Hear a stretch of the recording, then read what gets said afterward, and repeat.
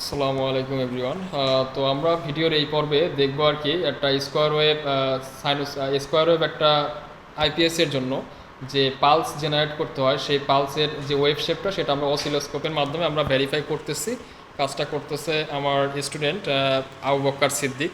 তো উনি প্রোব এখানে ধরছে আর কি, দুইটা জায়গা থেকে দুইটা সিগন্যাল নিয়েছে। আপনারা অসিলোস্কোপে যদি দেখেন তো এখানে দেখতে পারবেন যে আমাদের দুটা 50 হার্জের দুটো সিগন্যাল এখানে অ্যাকচুয়ালি জেনারেট হয়েছে, যেটা হচ্ছে আমাদের মসফেটগুলোর গেটে যাবে।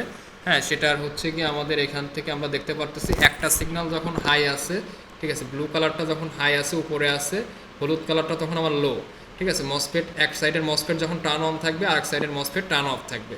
এটা হচ্ছে আমাদের একটা বেসিক প্রিন্সিপাল। এবং আমরা এখান থেকে যদি ফ্রিকোয়েন্সিগুলো দেখার চেষ্টা করি, এটা 50 হার্জের স্কোয়ার ওয়েভ সিগন্যাল আমাদের জেনারেট হচ্ছে এবং এটার ভোল্টেজ হচ্ছে আমাদের মেইন ভোল্টেজ হচ্ছে আমাদের 440 মিলি ভোল্ট। ঠিক আছে, 4.4 ভোল্ট।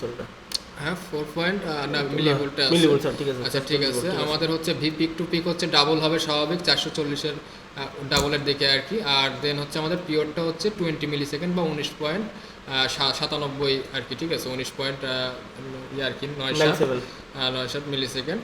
ঠিক আছে, তো এটা হচ্ছে আমাদের একটা বেসিক কনফিগারেশন ছিল। তো এটা এখন আমরা যদি ফাইনালি, এখন আমরা এটা করবো না, তো আমরা ফাইনালি এরপরে এসে যে কাজটা করব সেটা হচ্ছে কি আমরা ট্রান্সফরমারে এই সিগন্যালগুলোকে আর কি পাঠাবো আর কি সেন্টার ট্যাপ ট্রান্সফরমার, সেখান থেকে আমরা এসি সিগন্যাল জেনারেট করতে পারবো।